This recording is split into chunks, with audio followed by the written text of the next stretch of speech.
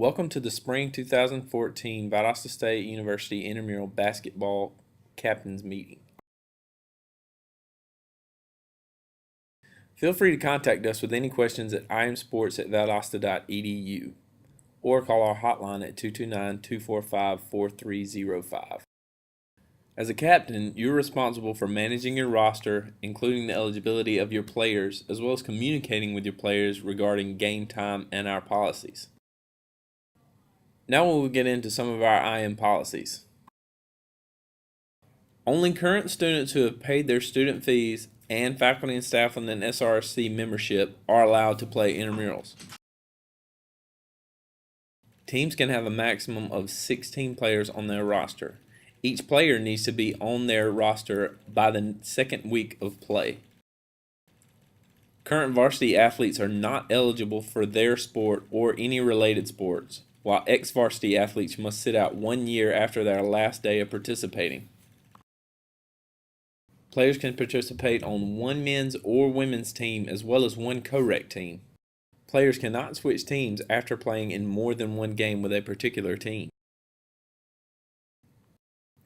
Coaches must have valid VSU IDs and will be required to sign in and added to the team rosters as a coach. Any coach receiving a technical foul will be ejected and suspended from coaching for the remainder of the season. Teams can protest players' eligibility or rule interpretation. Protesting teams must call a timeout immediately to protest a rule interpretation. For forfeits, $10 will be taken out of your forfeit bond, which also results in a 5.0 sportsmanship rating and a loss. A few things that can cause a forfeit would be not having enough players at game time, having 3 technical fouls on one team, or an ejected player during the playoffs. If a captain is aware that they will not have enough players at game time, they may go online to IM Sports and fill out a default form. If a team defaults, they will still have a 5.0 sportsmanship rating and no charge will be taken out of their forfeit bond. Our sportsmanship ratings are based on a 5.0 scale, where teams must maintain the average of 4.0 to make and remain in the playoffs. If your team is interested in competing against teams across the region and even the nation, contact us at imsports@valdosta.edu to find tournaments in this area. Now we'll get into more of the basketball-specific rules.